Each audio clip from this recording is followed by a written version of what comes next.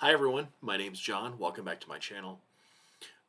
Last year I read a book for Historathon, specifically quarter two, where we read everything and anything nonfiction history from the years 500 CE to 1500 CE. And I'm just now getting around to talking about these books, so apologies for the delay. But I read a book from the University of Chicago Press. This is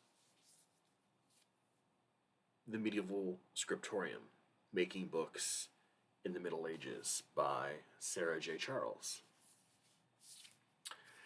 And at the end, I will say a little bit about the stuff, the pictures in the book, because those are also worth showing.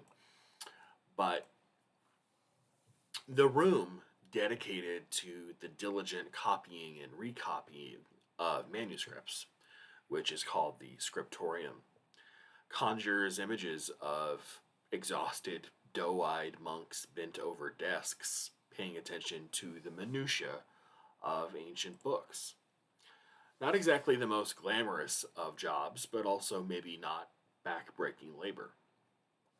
Sara Charles's book, The Medieval Scriptorium, is a new history of the materiality of the book from University of Chicago Press. It came out in 2024, by the way. It's a beautifully illustrated book that shows how books were made in the millennium before the advent of the printing press, that sheds, I think, a lot of important, much needed light of what went into bookmaking before the age of its mass production. Each of the chapters is presented in chronological order, and it opens up with a novelistic vignette that paints an image to keep in mind while you're reading that chapter. Sometimes they strain credulity a little bit, excuse me, as in chapter 1, where you have this 4th century Bethlehem scribe named Paula, surely one of the more popular names for women in 4th century Bethlehem, beginning an ordinary day of copying papyrus manuscripts.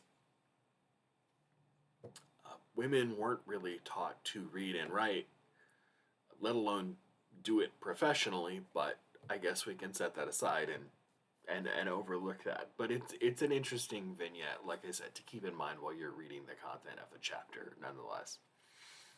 Sara Charles's scope is really wide, like I said, 1,000 years, and it's thorough. She starts with Christianity's role in the invention of the Codex, Codex being a book with bound pages, and then moves on to the Middle Ages, roughly 500 to 1,000, when groups of literate monks first came together in the formation of monasteries. The heart of the book takes up the question of what a scriptorium actually physically might have looked like. We have virtually no archaeological evidence. So, of course, flights of fancy and romanticization have rushed in to take its place, as they so often do. From what she reconstructs looking at old texts, it hardly resembled an old schoolroom occupied with studious monks at desks.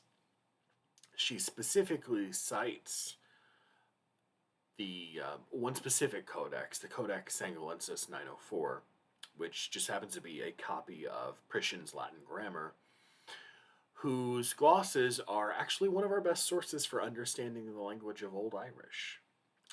Along the bottom of the page, the 9th century monk who wrote it, who remains anonymous, wrote the following lines.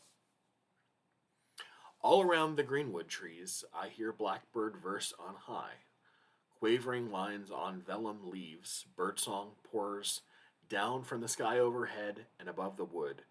The blue cuckoo chants to me, Dear Lord, thank you for your word. I write well beneath the trees. Hardly an image you'd really conjure of a monk confined to a dark, dusty room in the inner part of a monastery where you don't have any access to the outside world. But textual clues in this actual codex, references to birds and bird song, trees, suggest that it might have been written in a covered walkway or gallery that connects the monastery's several buildings. In other words, there is evidence to suggest that the monk who wrote this was looking through a window, or was possibly even outside when he wrote it. Chapters 4 and 5 are devoted to the preparation of parchment and the materials needed for illuminated manuscripts and painting. Where exactly did you buy gold leaf during the Carolingian Renaissance, by the way? And as you might expect, details can get pretty gritty, from the treatment of animal skins to the toxicity associated with certain pigments and other animal byproducts used to transform them for use by scribes. They used urine and blood and earwax and excrement. Books 6 and 7 look at the entrance of books into two places that would really define their future: the university and the marketplace.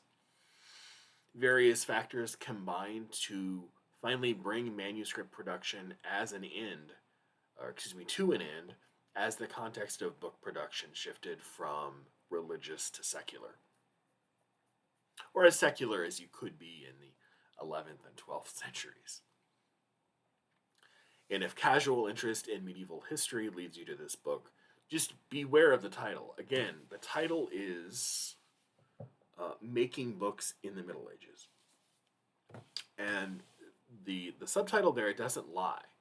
Sarah Charles is almost exclusively concerned with the making of books in the Middle Ages. There is no discussion of the dissemination of books or the ideas contained in the books, only very slight passing mention of political or cultural context, really. And this isn't a weakness, it's just not what the book is about. It's very much a book about the material culture and manufacture of books through up to the 15th century and the rise of the printing press, which is where it stops. The making of ink, the transition from clay to wax to papyrus and then to vellum, the equipment for bookbinding and sewing, and how these materials are sourced and processed. That's what the book is about. A note on the materiality of this book in particular, which I was really impressed with, and this seems to be a common theme in University of Chicago Press books. It is printed on really thick, glossy paper that turns the reading experience into something really, really lovely. Again, I will show you some images. This is one of the grittier images. This is soaking calf skin in lye. Is it lye? Yeah, a lime bath to prepare it into to make vellum. But there are also images of codices and other. Here's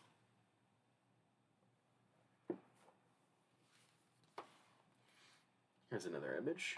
Again, usually color images when available, but really beautifully done full plate images.